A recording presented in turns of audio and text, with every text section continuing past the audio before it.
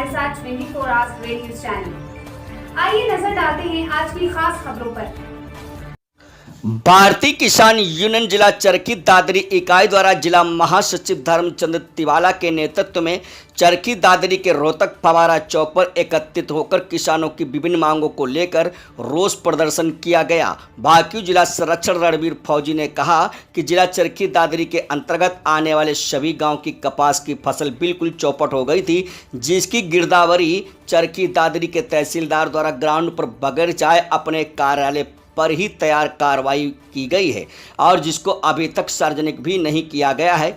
जिस गिरदावरी के अंदर नुकसान मात्र 10 से 20% ही दर्शाया गया है, जबकि क्षेत्र के किसानों की नरमा की फसल बिल्कुल चौपट हो गई थी। लेकिन मौजूदा तहसीलदार ने सरकार के दबाव के चलते असल रिपोर्ट तैयार न करके किसानों के गले काटने का काम किया है।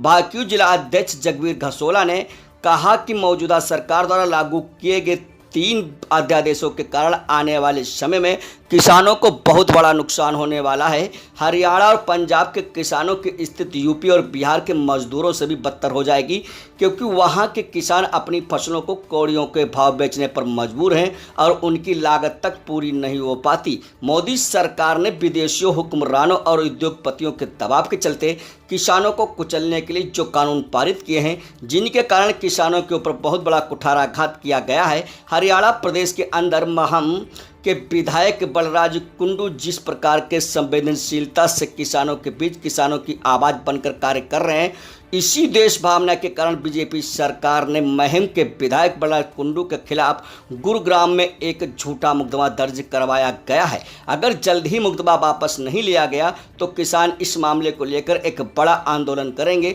उपरोक्त सभी बातों को लेकर भाकियू के पदाधिकारियों ने हरियाणा के मुख्यमंत्री मनोहर लाल खट्टर का पुतला फूंककर रोष जताया। मौजूदा सरकार की कड़े शब्दों में निंदा करते हुए जमकर नारेबाजी की, जिनमें युवा मीडिया प्रभारी रविंद्र कुमार गिकाड़ा, हनुमान निवली, देवव्रत नंबरदार डोहकी, जिला प्रभारी यादवेंद्र डूंडी, फतेहगढ़ लकी शर्मा, जय भगवान जाखड़, राजेश कुमार, दुष्यंत निमिल इत्यादि काफ़ी संख्या में किसान मौजूद रहे। ये थी सत साहेब की रिपोर्ट। किसान की फरियाद चैनल को लेकर पहुंचे हैं हम गांव रानीलाबास के अंदर।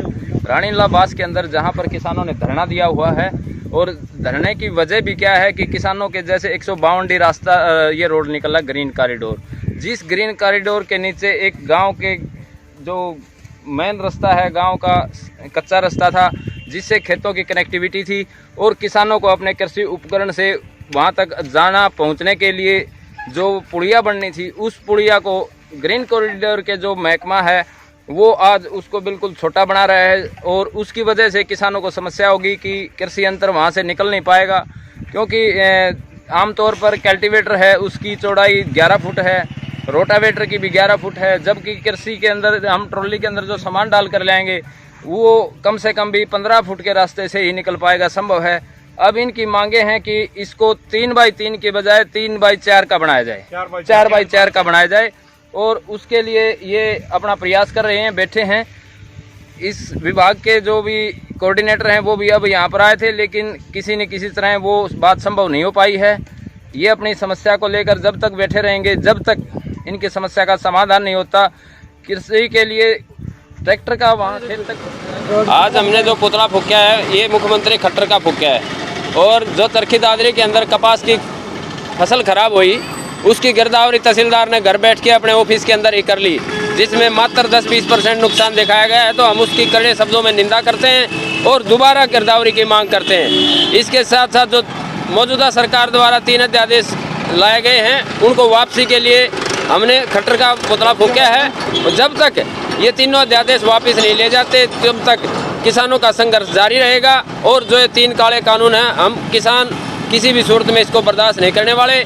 और जो खट्टर बलराज कुंडू विधायक के ऊपर झूठे मुकदमे दर्ज किया गया है वो वापस लिया जाए। वो एक गणना के और अपने बचाव के लिए सरकार इसका जो झूठा मुकदमा दायर किया है वो वापस लिया जाए, उसकी भी हम कड़े शब्दों में निंदा करते हैं।